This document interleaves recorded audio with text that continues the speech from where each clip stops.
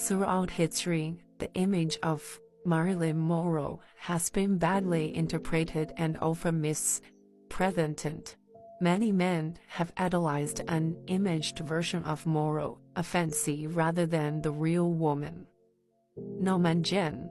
This phenomena reflects a broader historical pattern how women have been commodified, objectified, and stripped of their humanity to fit societal ideals. By analyzing Monroe's life through a feminist lens, we can uncover deeper issues of systematical oppression, exploitation, and the dehumanization of women in industry built on power imbalances.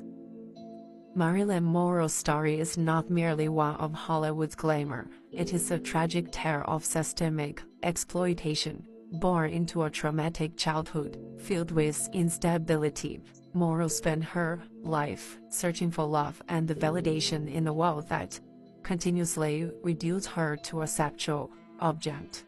The Hollywood machine molded her into a manufactured image of femininity, turning her into a symbol rather than an individual. Despite her intelligence and depth, Monroe was never truly respected. As an artist, one person, her struggles with mental health, personal relationships, and substance abuse were exacerbated by an industry that saw her only as a consumable product. This is not unique to Monroe. Countless women in entertainment industry have faced similar fates.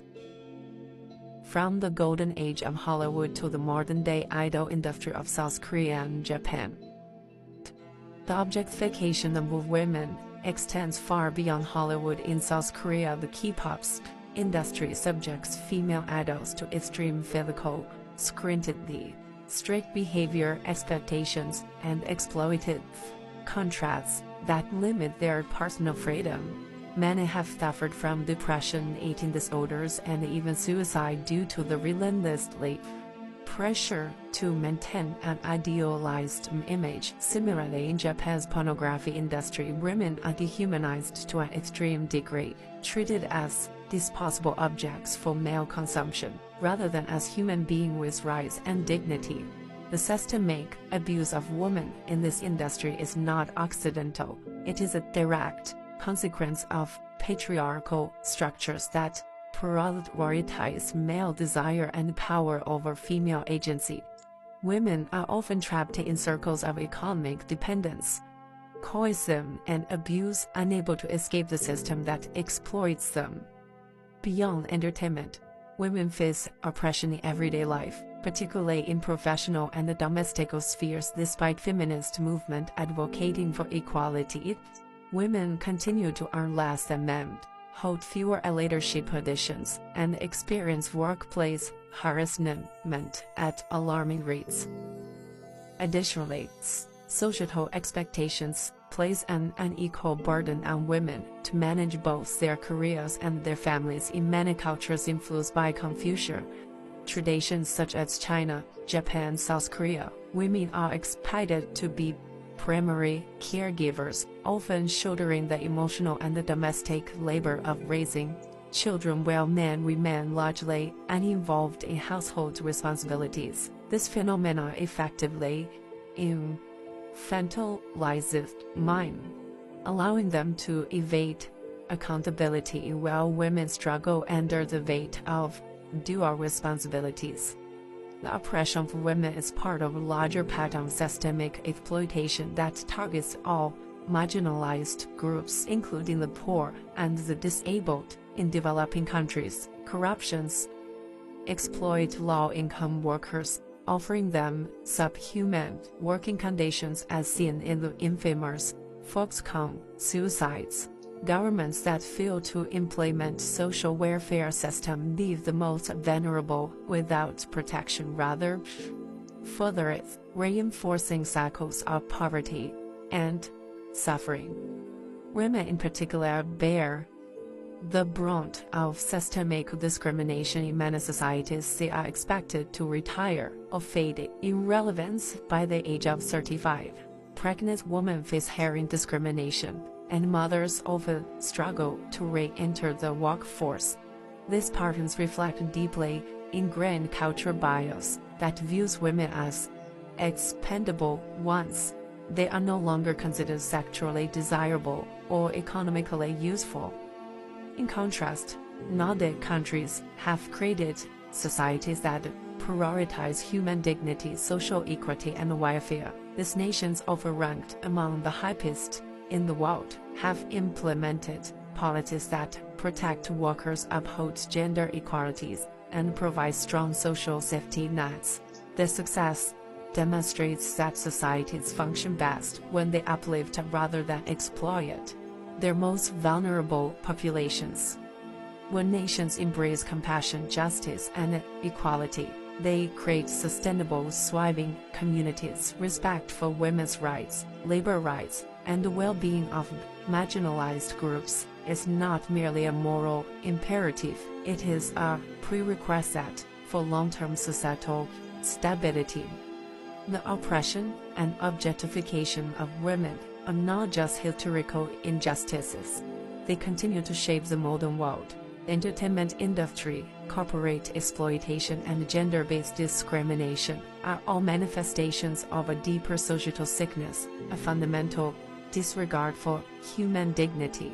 Recognizing this pattern is the first step toward change. As long as women are treated as commodities rather than individuals, true progress will remain elusive.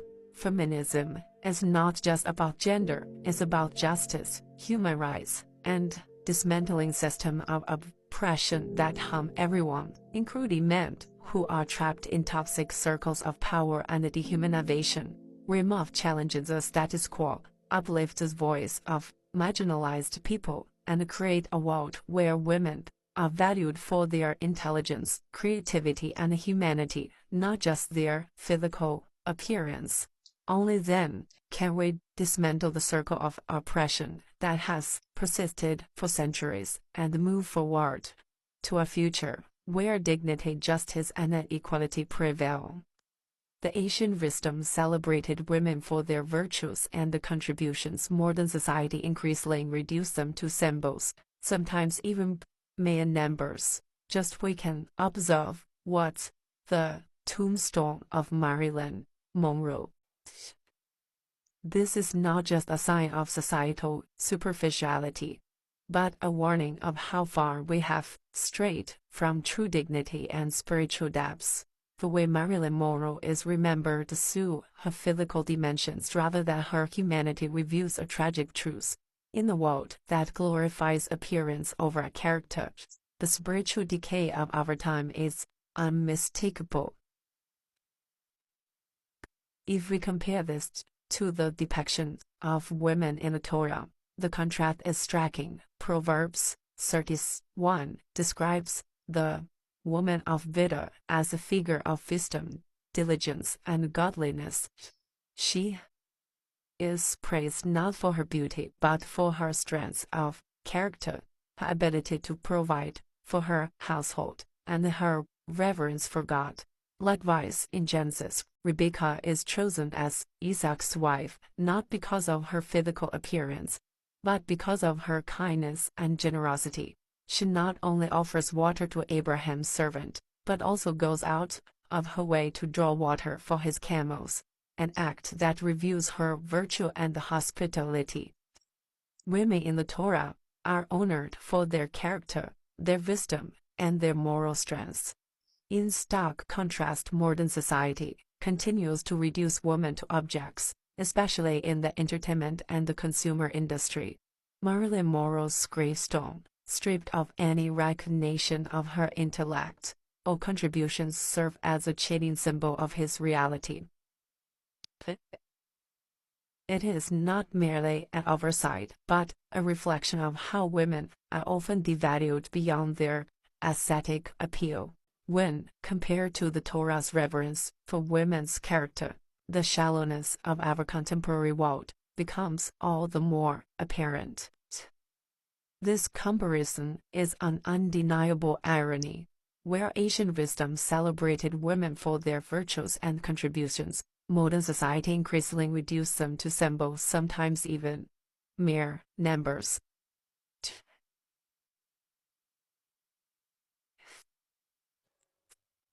Monroe was not the only case. From Alderhoven and the Vivian Lin to Korea, K-pop idols and Japan's idol industry, female celebrities have been crafted as objects of fancy rather than individuals with autonomy. This is rooted in a capitalist and the patriarchal market that strives on extreme consumption of the female image. Women must be cute, sexy, and submissive, rather than independent, intelligent, or powerful, or they will be deemed unmarketable.